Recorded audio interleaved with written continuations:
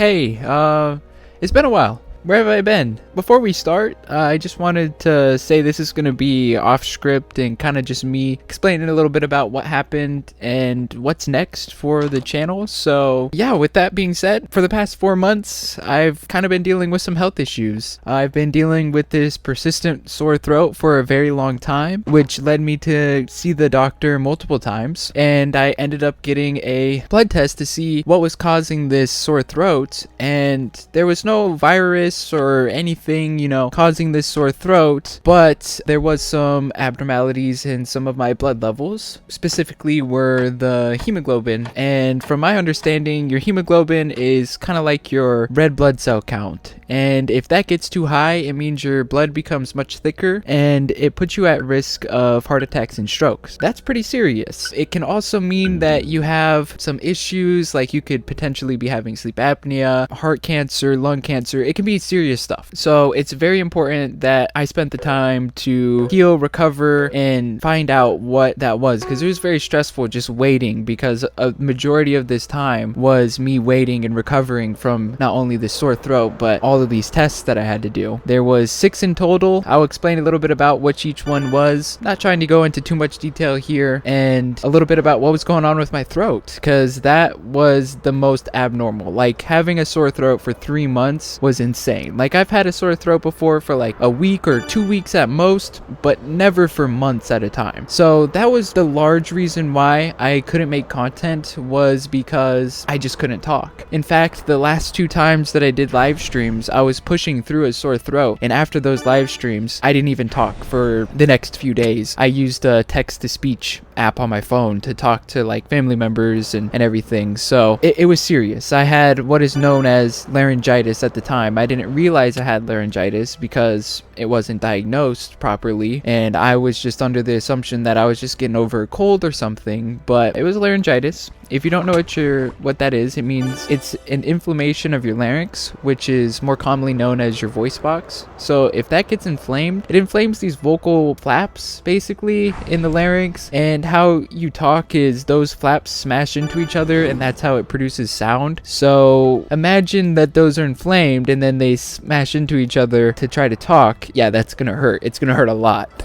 believe me, with this one. So we were clueless about what this was. Started developing some pain around my Adam's apple, and that's where I went to Google and looked up pain around your Adam's apple with the sore throat, and the most common thing was GERD, which stands for gastrointestinal reflux disorder, which shoots up stomach acid and hits the back of your throat and causes laryngitis and a sore throat and everything. So that was something I went and talked to my doctor about, and he prescribed me some antacids. That took away the pain around my larynx a little bit. It still hurt a lot, but that didn't take away the rest of my throat just being on fire all the time. And I was trying absolutely everything too at the time. Like, I was having warm teas, I was doing salt gargles, I was having honey with tea, this more traditional approach called slippery elm. I was doing everything. The only thing that was helping was cough drops, but that was temporary relief. It didn't help prevent any of the pain from coming back. It just temporarily relieved it. So I was just munching on a bunch of cough drops basically. But I had scheduled this specialist to see the ENT, the ears, nose, and throat doctor, because me and my doctor just couldn't find out or figure out what the heck is going on with my throat, and that had to be scheduled months in advance, which kind of sucked, because it would have been nice to be able to get diagnosed much earlier and be able to come back to YouTube much sooner, because I was freaking out at this point. I was dealing with this sore throat and dealing with this blood abnormality that I still had no word about. It's March 31st when I was able to go visit the ENT, and what they did, it's known as endoscopy. So they took this thin camera with the light on it, and they shoved it up my nose and down my throat, take a little peek at my larynx, see if everything's all right. Hey, this is editing me here. I forgot to mention that they used local anesthetic when they did the endoscopy. So they sprayed this numbing agent up both my nostrils, and they rubbed that numbing agent on the camera itself. Just wanted to let you know there, it didn't hurt. There was a little bit of pressure, but other than that, it was quick. Nothing really to freak out about if you ever have to get one. Just wanted to let you guys know about that. I had forgot to mention that. So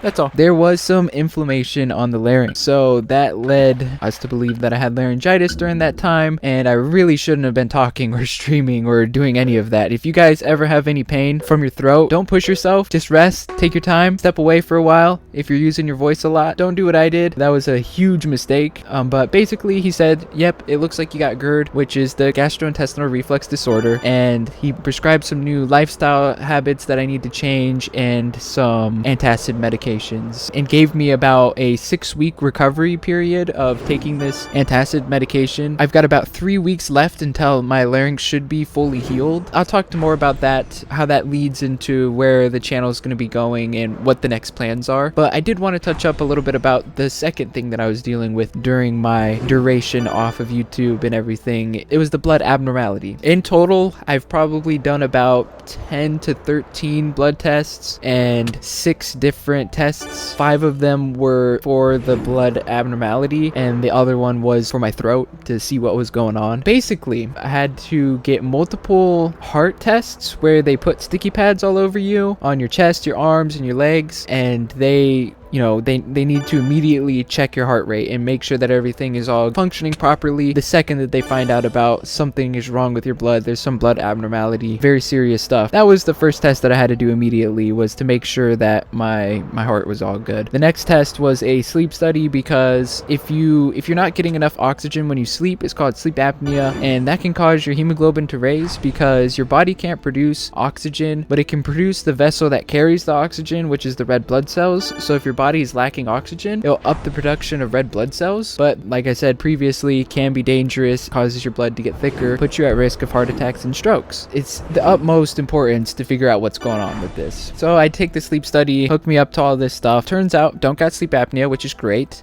Turns out I snore a little bit more than I was aware, but that is what it is. You get some breathe right strips and all should be good. Then the next 3 tests were the big ones. It was the ultrasounds, 2 ultrasounds, one of all my organs, one of my heart, and then just a standard x-ray of your lungs. The first one, the ultrasound, check out all my organs, make sure that there's no tumors or any abnormalities to be seen there. And there's the more specific one about your heart, just saying it's a little strange to see your heart. It was a little strange for me because I don't do too well with blood and like organs and all of that stuff, like thinking about it. So me laying on my side and just looking at it like this little squishy alien almost was just, it was a weird experience. After all of these tests are done, I still am just waiting. There's no clear answer. I'm stressing still all the time, wondering what the heck is going on. And finally, April 14th comes around and I get diagnosed. And it's kind of a scary one. I was very close to almost having a rare blood cancer, but thankfully that was not the case. Hey, editing me here again. I wanted to explain a little bit about how I almost had a rare blood cancer. So what I have is secondary polythysemia, and the primary polythysemia is the rare blood cancer. This is still a super rare blood disorder, but it is not as bad as the primary polythysemia. So yeah, I just wanted to clarify that a little bit about where I got the whole notion of me almost having a super rare blood cancer, but I just have a rare blood disorder that is manageable. I just wanted to say that. Don't worry guys, it's not super common, so don't fear that you're gonna get it. It is extremely rare. Just wanted to put that out there. Now back to the video. Apparently what I have is secondary polythysemia, which just means my body naturally kind of produces more red blood cells and there's not really any abnormality going on. I can grow out of it potentially, so there can be some lifestyle changes I can do. I'm still being monitored, so every 3 months I go in and I get a blood test. If it's too high, then immediately I have to do what is known as a phlebotomy, which is bloodletting,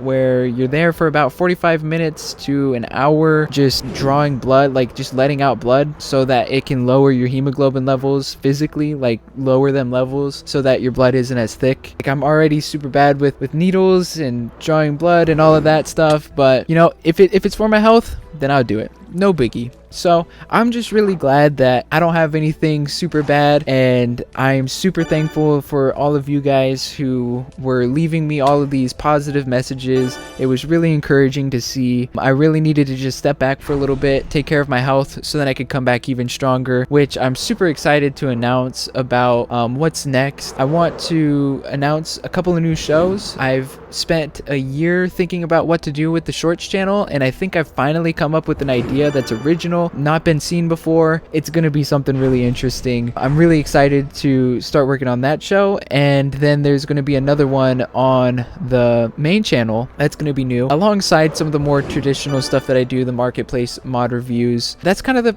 the main primary focus right now, is to focus on videos because they're much shorter for me to create. I'm using my voice less. Like I said, I've got about 3 more weeks left for recovery until I'm fully recovered, and then I can start getting back into live streaming. I really got to take it easy with live streaming for right now until I'm fully healed, and then I hope that I can make it back, because I truly love doing live streams. They're super fun and really hard to stop doing. So yeah, that is all for this video. Thanks again for the kind words, your patience, and allowing me to heal. I'm super excited to getting back to YouTube. It's been way too long. YouTube is like my life. It's my passion. It's my hobby. I want it to be my future job. So don't expect me to just ever leave you guys in the dark like this without it being something like my mental health or physical health. That's the only reason why I'll ever step away from YouTube, is because of those things. 2 very important things to keep up. But anyways, guys, I just want to say I hope that you guys have a great rest of your day, night, or whenever it is that you're watching. Stay awesome, and I'll see you in the next one. Peace out.